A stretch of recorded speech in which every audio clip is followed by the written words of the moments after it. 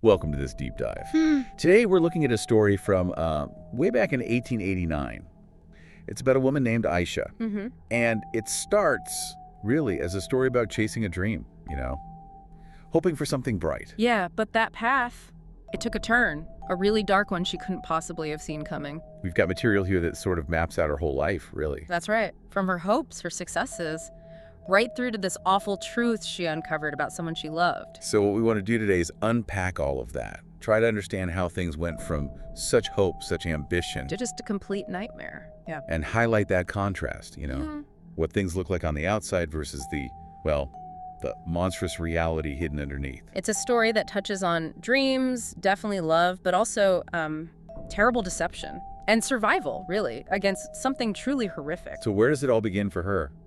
1889. Yeah, 1889, a small village right by the Nile, very humble beginnings. Life was basically about survival day to day. But even then, this dream was there. The stage. Oh, yeah. Deep down, she had this intense yearning for the stage, for performance, which must have felt impossible given, the poverty. Right, so her days were just focused on getting by. Completely, just the rhythm of the village. But the nights, that's when she'd apparently dream these silent dreams, things that seemed so far out of reach.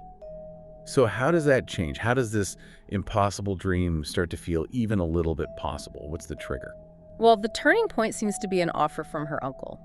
He was in Cairo, the big city, and making that journey, leaving everything she knew. It must have been terrifying, but also filled with this huge sense of hope. I can only imagine arriving in Cairo. What was that like? Just, wow. A shock to the system, probably. So much energy compared to her village. Lights, opportunities everywhere, it seemed. And the theater connection.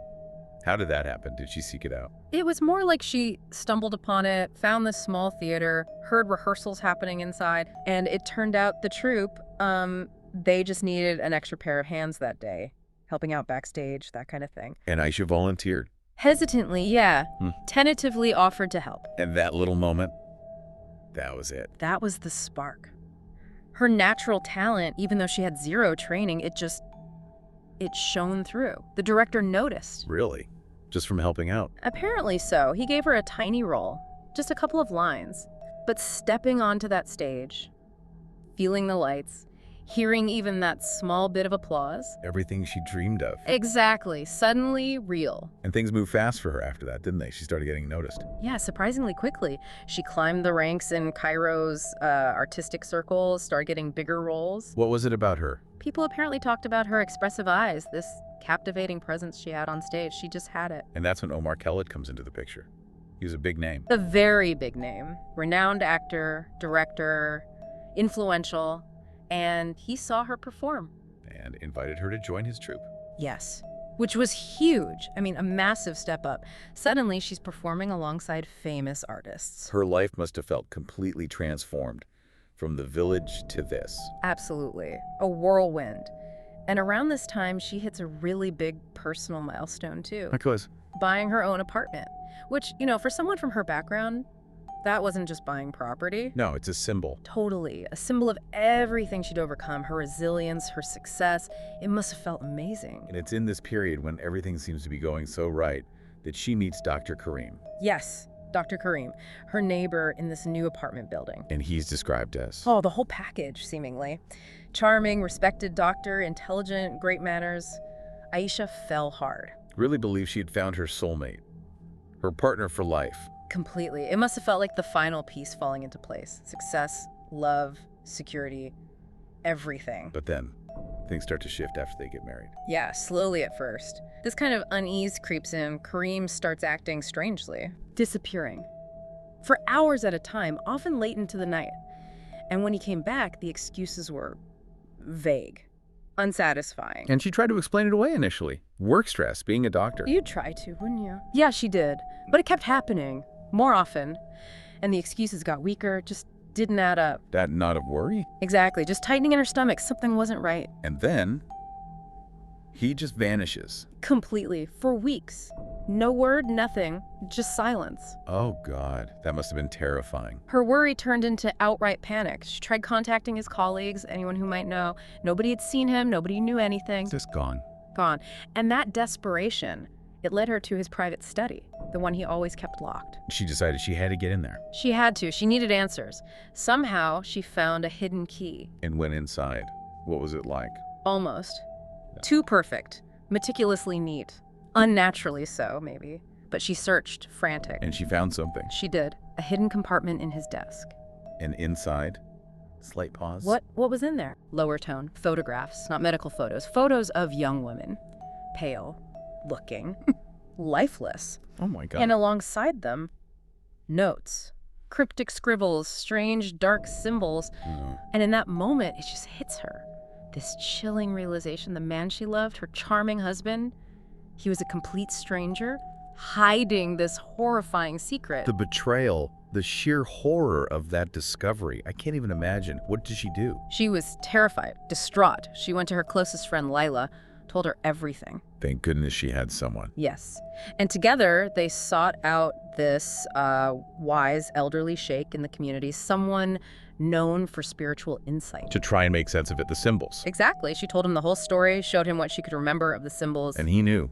He understood what they meant. He confirmed her deepest fears. He told her Kareem was involved in black magic, dark practices that had twisted his mind, fueled whatever awful things those photos represented. Black magic. Mhm. That's wow. Yep. Did she try the police then? She did attempt to go to the authorities, but, back then, maybe overwhelmed, maybe skeptical of the black magic angle.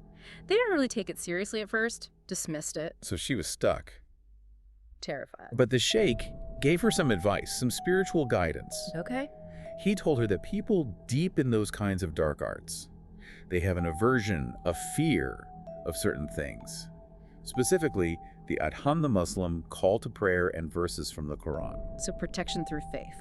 Essentially, yes. Yeah. And Aisha clung to that. She started playing Quran recitations constantly in her apartment. As a shield. As a shield, an act of defiance, maybe hope, trying to create a space that darkness couldn't touch. And she did this for how long?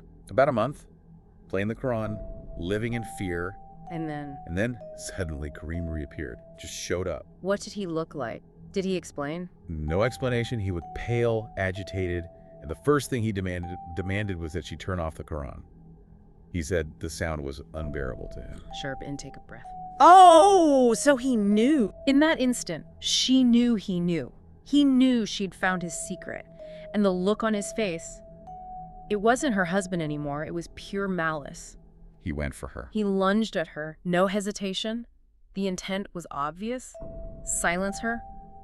Permanently. God, a fight for her life? Yeah. In her own home. A desperate struggle. Somehow in the panic she managed to fight back, just enough to incapacitate him for a second or two. Just long enough. Long enough to run. She fled the apartment, fled into the street. Where did she go? Who could she turn to? She ran straight to Omar Khaled, her mentor, her friend, the one person she felt she could trust completely. And told him everything. Gasped out the whole horrifying story, the magic, the photos, the attack. How did Omar react? Utterly horrified. But he acted fast. He immediately contacted the police again. This time, with Aisha's testimony, Layla's support, and the context, they listened. And the investigation started properly. Yes, and what they uncovered was even worse than imagined.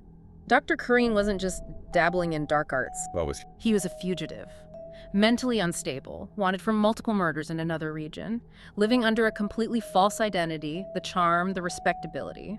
It was all a carefully crafted mask. just pure evil hiding in plain sight? Basically, yes. The evidence against him was overwhelming. He was caught, tried, and sentenced to death swiftly. Justice served, in a way. But for Aisha, the nightmare wasn't over, was it? No. Tragically, no. Amidst all this horror and trauma, she made another devastating discovery. Wow. She was pregnant with Kareem's child. Quietly, oh Aisha, after everything. The next 9 months, described as just a blur.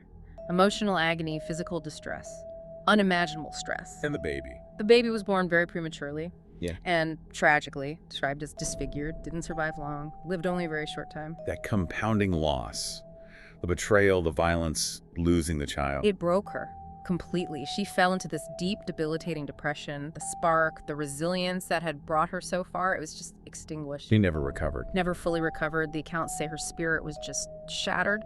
And she died young. In her 40s, yes. Ultimately, a victim of this monstrous deception she stumbled into. Such a hopeful beginning, such a devastating end.